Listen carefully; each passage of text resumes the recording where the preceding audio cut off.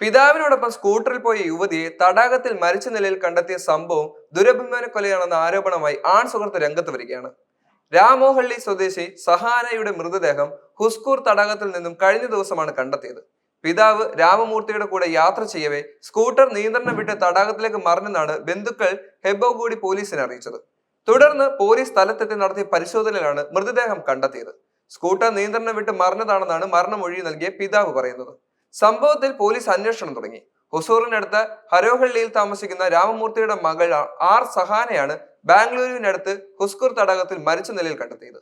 ഇരുചക്ര വാഹനം നിയന്ത്രണം വിട്ടതാണ് കാരണമെന്നാണ് പോലീസ് റിപ്പോർട്ട്.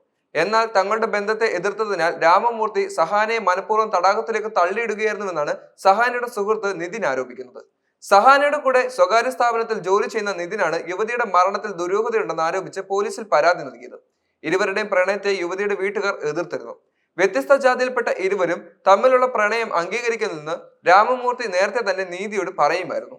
മറ്റൊരു യുവാവുമായി സഹാനയുടെ വിവാഹം നടത്താനുള്ള ഒരുക്കത്തിലായിരുന്നു കുടുംബം. അതിന് സഹാന തടസ്സം നിന്നതോടെ കൊലപ്പെടുത്തിയെന്നാണ് ആരോപണം.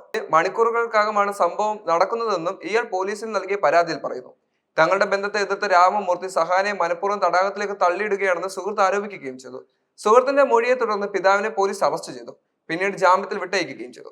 പ്രണയബന്ധത്തെക്കുറിച്ച് അറിഞ്ഞ ശേഷം ഞായറാഴ്ച രാത്രി ഉറങ്ങാൻ സാധിച്ചില്ലെന്നും ഇതുമൂലം വാഹനം ശരിയായി ഓടിക്കാൻ കഴിയാതെ അപകടത്തിൽപ്പെടുകയായിരുന്നുവെന്നും രാമമൂർത്തി ചോദ്യം ചെയ്യലിൽ പറഞ്ഞതായി പോലീസ് പറയുന്നു.